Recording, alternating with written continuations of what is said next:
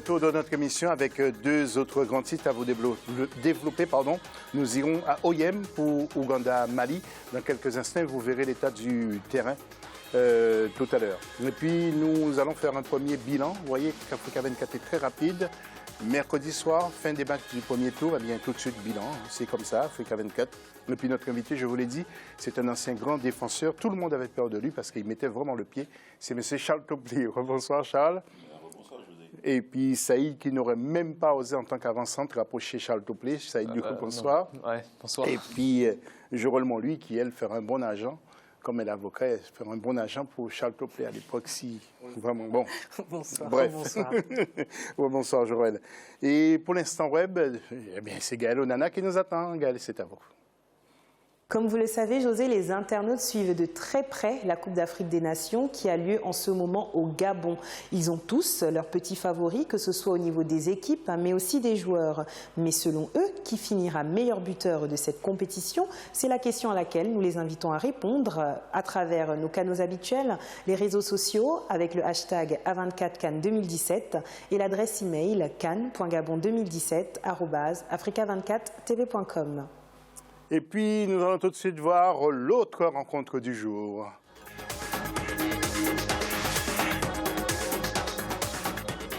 Et c'était bien sûr les Ougandais contre les Maliens.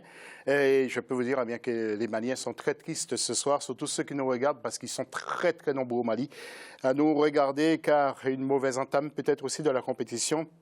Elle est privée justement d'un deuxième tour, privation d'un deuxième tour, c'est-à-dire élimination directe malgré tout. Un but partout entre l'Ouganda et l'équipe du Mali. Tristesse aussi pour Alain Giresse. Regardez ce coup franc malien donc, qui nettoie un peu l'étoile d'araignée dans la lucarne. Donc l'Ouganda qui avait, je vous l'ai dit, ouvert le score. Comme d'habitude, nous allons demander au professeur Saïd de donner une note à ce match. Professeur? Oui, note de 12 sur 20 sur ce match-là. Le Mali qui arrive décidément pas à passer ce cap-là, malgré une belle génération, une belle équipe. Il y a des joueurs intéressants, les frères Yatabaré notamment, Sambou, que j'aime beaucoup, Sambou Yatabaré. Donc c'est une équipe, une belle génération, mais qui n'arrive pas, quel que soit le sélectionneur, quelle que soit la Coupe d'Afrique, quels que soient les éliminatoires, qui n'arrive pas à passer ce cap-là. On se demande pourquoi, parce que quand on a des joueurs comme Adama Traoré, comme tous les joueurs qui se succèdent, comme Sako, etc., il y a un problème peut-être mental sur cette équipe-là qui n'arrive pas à se transcender. Il y a peut-être un manque aussi de solidarité. Ils ne tirent pas tous dans le même sens. On sait qu'il y a beaucoup de concurrence. Il y en a qui ne sont pas très contents d'être sur le banc. Mais quel que soit le sélectionneur, donc on ne va pas forcément jeter la pierre à Alain Giresse, bien que partout où il passe, il n'y arrive pas non plus. Mais cette sélection du Mali, déçue pour elle, parce qu'il y avait la place dans ce groupe-là pour pouvoir passer. Okay. Merci Saïd. Joël Montlouis, vous, que retenez-vous? Saïd a donné une belle note de 12 sur 20. Vous auriez donné aussi 12 sur 20. Qu'est-ce que vous retenez de ce match? J'ai vu que vous bougiez beaucoup pendant que vous regardiez ce match. Je ne sais pas pourquoi, si vous étiez pour Malienne. Non, j'ai été bien évidemment déçu pour le Mali et je salue mes amis maliens qui nous regardent parce que je pense qu'effectivement, on aurait pu attendre mieux. Comme le disait Saïd, ils ont des potentiels extraordinaires, ils ont une jeune génération qui pourrait faire mieux, qui aurait dû faire mieux.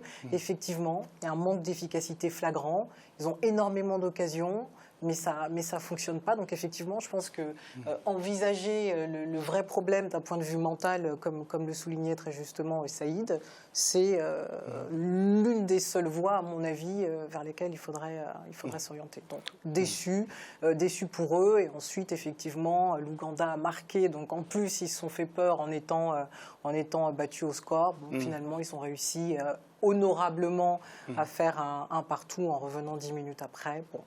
C'est tant mieux. C'est assez moyen. Je mettrais même un 10. Oui. Charles, est-ce que vous voulez contredire nos deux auditorialistes? Non. Parce qu'il ne faut pas être toujours d'accord avec eux. Je ne suis pas tout le temps d'accord avec eux. Oui. Mais bon, je pense quand même que cette équipe malienne donc, n'a pas produit ce qu'on attendait d'eux. Et je regrette un peu. Bon, ce qui me fait mal au cœur, c'est Salif Keita, que je connais très bien, qui a été un grand attaquant et tout ça, qui voit son équipe retourner à la maison et ne pas être qualifié. On peut même dire patauger dans la semoule comme ça. Non, je pense que... Parce que le rendement de cette équipe, j'avoue que M. Afizi l'a dit tout à l'heure, est-ce que l'environnement de ce groupe est vraiment sain? C'est ça. Parce qu'il y a des qualités, il y a des talents, il y a tout dans cette équipe. Alain Giresse, qui était un très grand joueur, je peux dire aussi. Mais moi, je pense que c'est l'environnement. L'environnement de ce groupe-là n'est pas sain du tout. Et sinon, avec les qualités, les talents que nous avons, avec un projet de jeu, avec une philosophie de jeu, avec tout ce qu'on voit, eh ben, ils n'y arrivent pas. Ouais. Donc il y a un problème qui est là. J'ai vu que Saïd, juste une petite remarque, on dirait que Saïd vous respecte beaucoup. Parce que d'habitude, il les interrompt les autres. Mais là, il fait signe. C'est le grand frère. Oui, non, je ne me permettrai pas d'interrompre Charles Tocquelet, de peur qu'il nous fasse une préparation physique comme il faisait à ses anciens joueurs. Non, juste aussi, il faut rappeler quand même que le terrain n'a pas facilité les choses que ça réduit en fait l'écart entre les deux équipes. Quand vous avez une équipe très très forte qui joue au ballon et une autre un peu moins forte, c'est celle un peu moins forte techniquement qui est favorisée par l'état du terrain. Et ça aliène forcément les valeurs. Donc ça aussi, il faut le dire. Exactement. Alors, tout le monde, on reviendra tout à l'heure aussi sur l'état de la pelouse et nous entendrons Joël Montlouis qui a quelque chose à dire à ce propos.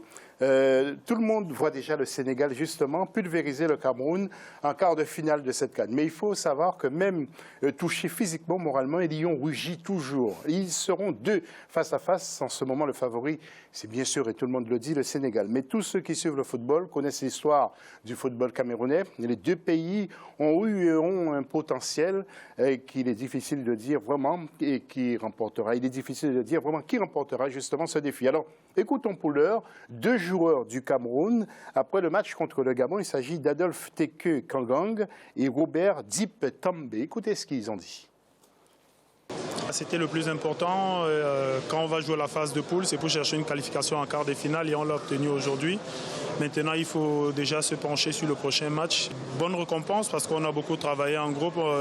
Notre marque de fabrique aujourd'hui, c'est la solidarité. On ne veut pas savoir qui est qui dans le groupe. C'est juste le groupe et rien que le groupe. Oui, c'était difficile, surtout en première mi-temps. Je crois qu'on a fait une mauvaise entame de match. On a joué contre une équipe qui voulait gagner absolument, qui a souffert, qui a joué avec ses forces, ses armes. Mais bon, on a réussi à être costaud derrière. On n'a pas pris ce but. Voilà, l'essentiel a été fait. Voilà, au pire, on savait qu'il fallait un point pour se qualifier. Là, on est qualifié. Maintenant, on va se tourner tranquillement vers les quarts de finale. Merci à ces deux joueurs qui répondaient à Douglas Toutoumé. Le plus du MAG maintenant.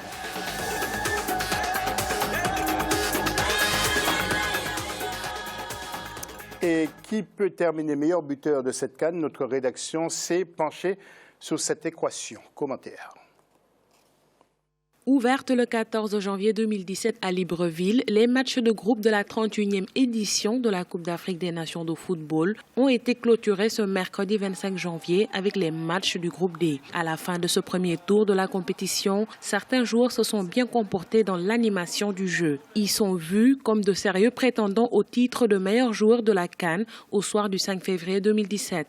Parmi eux, il y a les Sénégalais Sadio Mané et Diao Baldé Keita, mais aussi l'attaquant vedette des Léopards de la République démocratique du Congo, Junior Kabanonga, qui a déjà marqué 3 buts. Mais bon, il y a énormément de joueurs. C'est vrai qu'on pensait beaucoup plus à Riyad Mahrez qui venait de remporter la Coupe du Monde, comme on appelle le Ballon d'Or, je l'ai dit, le Ballon d'Or africain. Ensuite, des joueurs comme Pierre-Emerick Aubameyang. Maintenant, ces joueurs-là sont sortis de la CAN, donc sont d'ores et déjà exclus. Et ils ne seront plus les potentiels meilleurs joueurs de cette Coupe d'Afrique des Nations. Mais moi, je pense déjà à deux joueurs dans une même équipe. Vous avez d'abord l'équipe de Lyon du Sénégal. Vous avez un joueur comme Sadio Mané, ou un joueur comme Diao Baldé Keita. Voilà des joueurs quand même qui, lors du premier tour-là, qui ont au moins réussi à rehausser, à élever le niveau de leur équipe. Certes, ils ont des individualités, c'est vrai, mais ils ont mis vraiment ce talent-là au service du collectif. Meilleur joueur de la dernière édition en 2015 en Guinée équatoriale, le Ghanéen Christian Atsu reste en cours d'après ce qu'il a montré lors des matchs de groupe. Ses compatriotes André Ayou et Asamoah Gyan également peuvent y prétendre. Dans ce lot de joueurs qui ont démontré du talent, il faut mentionner la qualité du meneur de jeu camerounais Benjamin Moukandjo et les Tunisiens Youssef Sahni et Wahbi Kazri. Alors, compter, vous avez Firmin Moubélé de la République démocratique du Congo qui aujourd'hui joue la star de cette équipe à l'absence de Yannick Yala Bolassier. Donc voilà, c'est des équipes quand même qui émerveillent. C'est vrai qu'on s'attendait à des joueurs comme les Salomon Kalou, comme les Wilfried Zaha dans cette compétition, mais qui ne se sont jamais montrés. Ils ont fait 3 matchs, mais on n'a pas senti vraiment qu'ils étaient à la hauteur dans cette. Parce qu'en fin de compte, souvent, généralement, le meilleur joueur arrive toujours dans le dernier carré. Dans les rangs de l'Égypte, il y a 2 prétendants au titre de meilleur joueur de la CAN. Il s'agit de Mohamed Salah et du meneur de jeu Mohamed El Meni. L'élimination de certaines équipes classées favoris à cette CAN, comme l'Algérie, a anéanti la chance des joueurs comme Riyad Mahrez, Yassine Brahimi ou encore Islam Slimani de remporter le titre de meilleur joueur de la CAN 2017. C'est le même cas pour l'attaquant du Gabon Pierre-Emerick Aubameyang, sorti dès le premier tour. Joël Monluy va nous expliquer tout à l'heure les règles pour départager les équipes lorsqu'on joue comme ça les poules, parce qu'il faut connaître les spectateurs et l'information précise. Alors avant cela, je vais m'adresser à Charles et Saïd de nouveau, vous reposer la même question après ce sujet justement. Notre consoeur a cité Sadio Mané, Kabadanga et à Mohamed Salah aussi parmi les buteurs potentiels, les meilleurs. Charles, après Saïd, si vous n'avez pas de nom pour l'instant, vous ne pouvez pas dire. Non, mais moi, j'ai pas de nom, mais je suis un peu déçu parce qu'on n'a pas vu des grands buteurs, des grands attaquants dans cette CAN où on avait à l'époque les Yaya Touré, les Roger, voilà. Mais moi, j'ai pas vu. Et donc, bon, je comptais beaucoup sur Aubameyang, mais malheureusement, le Gabon est rentré beaucoup plus tôt, enfin, est sorti beaucoup plus tôt. Mahrez, je pensais aussi que l'Algérie allait faire un bon parcours pour qu'on puisse voir ce garçon devenu meilleur buteur. Mais bon, voilà. Mais bon, moi, je resterai simplement sur Sadio Mané. Et puis, tout à fait. Voilà, on verra malheureusement, pour Saïd qui avait parié un peu d'argent sur Aubameyang et Mahrez, non? Oui, on s'attendait tous. C'est les deux meilleurs joueurs du continent. Sadio Mané qui finit 3e ballon d'or africain quand même. Mais on ne parle jamais de Kabadanga. Kabadanga, le joueur de la RDC, là on en parlait dans le très bon sujet, mais en règle générale, quand vous parlez à des gens qui suivent le football africain, certes, il devait pas faire, on rappelle quand même aux téléspectateurs qu'il ne devait pas faire partie de cette équipe de RDC à la base, il n'était pas sélectionné, donc c'est un appelé de dernière minute et c'est lui qui vient bousculer la hiérarchie de cette équipe de RDC, qui s'impose dans le 11 de titulaire de Florent Ibenge et qui épate tout le monde. Il arrive à marquer quasiment à tous les matchs. Le dernier match, il a encore marqué et c'est un très très bon joueur qui était vraiment inconnu du grand public. Merci Saïd. Alors maintenant, je vois un exercice peut-être difficile pour vous, mais vous êtes avocate, apprendre tout. Vous maîtrisez mieux que nous peut-être aussi ces règles. Alors pour départager les équipes, lorsqu'on arrive comme ça au stade de la fin des poules, comment ça se passe en clair? Alors, je vais essayer de rendre la chose la plus simple possible parce que c'est un petit peu compliqué. Donc ça, c'est l'article 74 du règlement de la CAN qui indique un certain nombre de critères sur lesquels on va pouvoir s'appuyer pour pouvoir départager les équipes. Donc, schématiquement, il y a 2 cas de figure. La première hypothèse, c'est quand on est en présence de 2 équipes simplement à départager. Et la deuxième hypothèse, c'est quand on a un peu plus de 2 équipes à départager. Mais les critères vont être à peu près les mêmes. Donc le premier critère qu'il va falloir utiliser, c'est le plus grand nombre de points obtenus entre les 2 équipes concernées, si on est dans la première hypothèse. Donc à l'issue de ce critère, si on n'arrive toujours pas à départager, ce qui va compter, ça va être la différence de buts entre les buts encaissés et les buts marqués. Donc là, cette fois-ci, ça va être sur l'ensemble des parties qui ont été disputées dans le groupe. C'est le deuxième critère. Le troisième critère, c'est le plus grand nombre de buts marqués. Pareil, toujours sur l'ensemble des matchs du groupe. Donc ça, c'est la prime à l'attaque, en quelque sorte. Et enfin, le dernier et le temps redouté, c'est le tirage au sort qui est effectué par la commission d'organisation de la CAN. Donc avant, on avait un autre critère avant d'arriver au tirage au sort qui était celui du fair play, c'est-à-dire le décompte du nombre de cartons jaunes et de cartons rouges, mais ce critère a été abandonné lors de la dernière réglementation de la CAN. Donc la deuxième hypothèse, c'est quand cette fois-ci, on a plus de 2 équipes, 2, 3, 4, etc., éventuellement à départager. Donc on va retrouver les mêmes critères, donc le plus grand nombre de points, cette fois-ci obtenus dans les rencontres entre ces différentes équipes, la meilleure différence de but, cette fois-ci entre les équipes concernées, et on retrouve également le plus grand nombre de buts qui aura été marqué dans les différentes rencontres entre ces équipes. Donc voilà, schématiquement, il y a encore une règle un peu plus compliquée, parce que forcément, quand il y a 2 et plus, quand il y a 2 équipes et plus, évidemment. Mais voilà, schématiquement, on a les 3-4 principaux critères sur lesquels on peut se baser pour pouvoir départager. Et la difficulté, c'est que souvent, on s'est retrouvé, ce qui était le cas de la dernière CAN,